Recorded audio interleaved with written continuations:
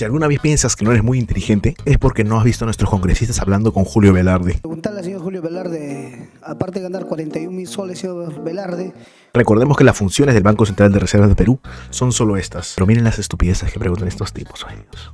El nivel de empleo formal en sectores no primarios aún está por debajo de lo alcanzado en el año 2023. ¿Qué políticas o incentivos específicos ha considerado el BCR para fomentar la recuperación del empleo formal en estos sectores? Esto está en la Constitución, o sea que ni eso se lo han leído. Ahora les dejo con los videos y con la respuesta de Julio Velarde, que literalmente los educa como si fueran chicos de primaria, hasta en temas que ni siquiera le competen a él. Y obviamente la mayoría de estos congresistas son zurdos, para variar. Reservas internacionales y la proyección de superávit en la balanza comercial. ¿Cómo asegurará el BCR que esta superávit sea sostenible en el largo plazo? ¿Y qué medidas tomará para incrementar la competitividad de las exportaciones no tradicionales? Y asimismo, ¿qué hace el BCR en estos momentos para regular a todas aquellas cajas, a todo el sistema financiero, para poder controlar el abuso contra la sociedad de las cajas usureras, entendiendo que tal vez no sea dentro de las funciones, pero cuál es la iniciativa, señor Julio Velarde, acerca de las últimas cooperativas que se han cerrado y han perjudicado a miles de peruanos que han perdido sus ahorros?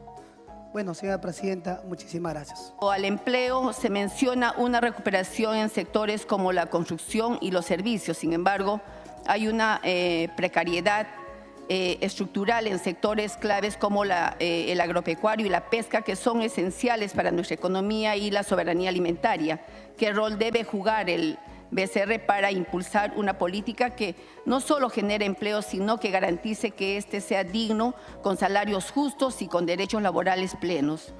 Sí, hay un punto que me... No, ya se fue el congresista, no somos el gobierno, no soy presidente del Ministerio de Economía y el Ministerio Produce. Es un banco central que su tarea es informar de la economía y controlar la inflación, de estabilidad de precios. No hay otra tarea. Yo no puedo meterme al campo de agricultura, no puedo meterme en el Ministerio de Trabajo y decirle cómo hacer las cosas, no me corresponde. Y sería, como yo no acepto que el Ministerio de Economía se mete en el Banco Central, el Ministerio de Economía tampoco aceptaría que el Banco Central se mete en su ministerio, el Ministerio de Agricultura. Entonces, no me corresponde a mí estar dictando qué hace el Ejecutivo. La tasa de interés es 5,25. No puedo decir la tasa porque depende de cómo vayan los datos. Pues la tasa más baja de la región. Hasta hace 2 semanas estamos por debajo de Estados Unidos. No es una tasa alta. Ahí obviamente discrepo el ministro de Economía. No importa. Creo que no ha reparado que la mayor parte de la inversión se hace todavía con crédito en dólares. 70 y tanto % del crédito de grandes empresas y corporativos está en dólares, no en soles. Todo lo que más pesa ayer la tasa de interés en dólares más que la de soles. Pero no voy a ponerme a discutir con el ministro de Economía, ¿no? Ha dado un crecimiento económico entre el 3% y el 3,1% para el 2024 y 2025. Sin embargo, este crecimiento parece seguir la tendencia histórica en la que se priorizan las grandes inversiones privadas, especialmente sectores extractivos como la minería.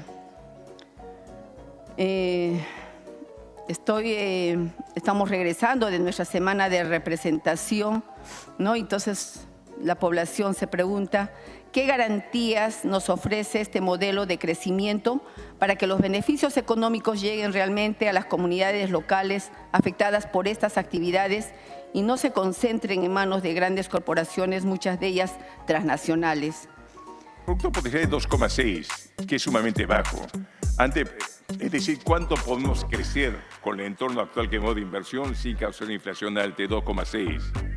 Está creciendo 3,1, creemos que va a ser incluso un poco más este año.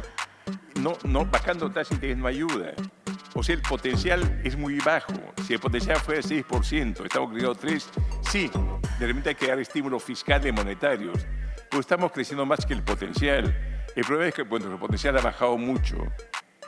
Percepción de esta política, ha habido menor confianza, son los factores que ustedes quieran, pero es menos de la mitad de lo que existe hace 10 años en cuanto a potencial de crecimiento. Y eso es sumamente importante. Hay que resolver este potencial de crecimiento, que también son medidas que tenía que tomar básicamente el Ejecutivo, ¿no?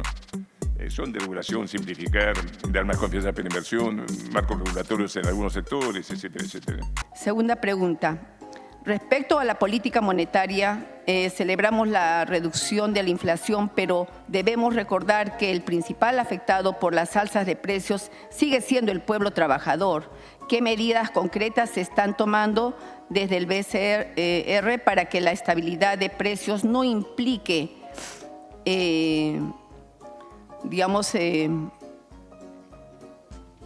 una reducción del poder adquisitivo de los sectores populares y de la clase trabajadora? Yendo al segundo punto de inflación. La inflación de alimentos ha subido no por el Banco Central. Ha sido porque la política monetaria de Estados Unidos es sumamente expansiva, fiscal también. Ha habido inflación en todo el mundo. Y si el precio del trigo sube 150, afecta el precio del pan, fideos. Si la soya y el maíz sube 150, sube el precio del pollo. No hay forma de evitarlo. Si la soya sube 100%, 150, sube el precio del aceite. No hay forma de evitarlo. Si porque sube el gas, suben fuerte los fertilizantes, muchos de los cultivos van a subir su precio. Son productos importados. No hay manera que el Banco Central pueda actuar porque son precios que se toman de fuera. No responde a la política monetaria del Banco Central. El Banco Central podría haber bajado la inflación, pero a un costo muy grande, y bajado muy poco. En vez de 8,8 como es lo máximo, de repente llegamos a 7, 7,5, por recesión de la economía. Si sube la tasa de interés a 20%, sí, receso de la economía, la inflación va a ser más baja, pues el sufrimiento hubiera sido bastante mayor. El único instrumento que tiene el Banco Central es tasa de interés, y la única tarea que tiene el Banco Central es inflación. La inflación que viene de factores domésticos, si hay una inflación que viene importada del mundo, es poco lo que podemos hacer. Por eso la inflación subió en todo el mundo. Mencioné Unión Europea encima de 10%, Estados Unidos 9.1%, etcétera, etcétera, Reino Unido encima de 10%. Países que tienen tradicionalmente inflación baja. Colombia, Brasil, México, Chile encima de 10%. O sea, realmente más bien hemos tenido una inflación relativamente baja frente a lo que pasa en América y Europa. Los alimentos obviamente subieron, volvieron más. Ahora los alimentos están corrigiendo. Los alimentos están creciendo menos que la inflación. Si uno ve perecibles, están cayendo 2% últimos 12 meses. Lo que uno ve últimos 12 meses... El año pasado hubo dos factores. Hubo gripe aviar que subió el pollo, eso en gran medida se ha corregido. Los precios son menores que hace un año. Subieron precios por los fertilizantes, subieron precios por la temperatura alta del dulce de limón. En septiembre del año pasado está subiendo casi 100%, ya se corrigió. Y está notando ahora en los precios de perecibles, un poco más bajo de lo que hacía hace 12 meses, ¿no? Está bajando, pero realmente el Banco Central, ¿qué puede hacer frente a eso? No hay manera que yo baje el precio del trigo. No hay manera. No tiene nada que hacer. No hay manera que el gobierno pueda hacer el trigo a no ser que le subsidie directamente, ¿no? Finalmente, me preocupa el enfoque en la reducción del déficit fiscal y el control del gasto público. Desde mi bancada creemos que las reglas fiscales no deben ser excusa para limitar las inversiones en políticas sociales fundamentales. ¿Cuál es la posición del BCR frente a la posibilidad de implementar una reforma tributaria progresiva que alivie las restricciones fiscales, haciendo que los sectores más ricos y las grandes empresas paguen su justa parte para financiar servicios públicos de calidad? Salud, educación, carreteras, reservorios. Es creo que un común de décadas, ¿no? Que los congresistas vamos a la semana de representación y esos son los problemas fundamentales. Gracias. Gracias. El déficit fiscal, sí, el déficit fiscal, obviamente para controlar el déficit uno tiene que ajustar los gastos o subir los ingresos, no hay otra forma. Acá, si uno lo compare el Perú con otros países, como de Europa, bueno, lo ves, OCDE, el impuesto a la renta de empresas en Perú es más alto que el Perú de la OCDE. Es más de 10% encima de Estados Unidos. Sí, no creo que deba bajarse, pero tampoco puede subirse mucho. Hay que recordar que el capital es móvil, puede irse perfectamente a otra parte, ¿no? Lo bajo en Perú es más bien impuesto a las personas. Eso sí, más bien en Europa y Estados Unidos, el impuesto a las personas recauda más que el impuesto a las empresas. Acá recauda muy poco, tal vez un brazo un poco más alto, hay mucha evasión, etc. El problema más grande es evasión, probablemente, ¿no? En todo caso, los impuestos tienen que ser similares a otras partes. Y cuando en el gobierno de Castillo se mandó a hacer un estudio para el impuestos mineros y se le pidió al Fondo Monetario, uno puede apreciar en ese estudio que los impuestos que tiene el Perú no son más altos que en otras, no son tan diferentes a otros países mineros. Y obviamente cualquier inversionista ve la tasa de impuestos que va a cobrar, ¿no? Y ese estudio del Fondo Monetario que se salió el 22, si no me equivoco, lo está disponible, ¿no? Siguiendo por abajo, la tasa de interés, porque no... la tasa de interés que está preguntando. Siguiente. Constantemente el país realiza préstamos, buenas a cooperantes internacionales y sobre todo altos intereses. Pero sin embargo, nos manifiesta que el Banco Central de Reservas tiene aproximadamente 82.734 millones de dólares. ¿Qué significa esto? ¿Quién lo utiliza estos fondos? ¿A qué está destinado? ¿Qué se hace? ¿Realmente existe o no existe? ¿Y por qué acudimos a los préstamos? A tantos intereses. Es como decir, yo tengo mi dinero, mi sueldo, 10.000 soles mensuales, está guardado en tal cosa. No lo toco, mejor me empresto de otro y con eso hago mis actividades. Tiene que no ser el 6%, la mitad que Brasil. Una tasa sumamente baja, menos lo que pueden pagar en un depósito a plazo usted. O sea, no son tasas altas, ¿no? En absoluto. Las reservas, partes son depósitos en el mismo sector público, está en el Banco Central. Partes son el encaje que tienen los bancos. Si no tuviéramos esos depósitos de los bancos del Banco Central, cualquier corrida en dólares puede ser terrible. Nosotros no emitimos dólares, emitimos soles. Si se retiran los depósitos en dólares de los bancos, tenemos que contar con los dólares para que puedan salir. Tercero, los reservas son un activo que corresponde a pasivos que tenemos, partes en encaje, partes circulante mismo, etc.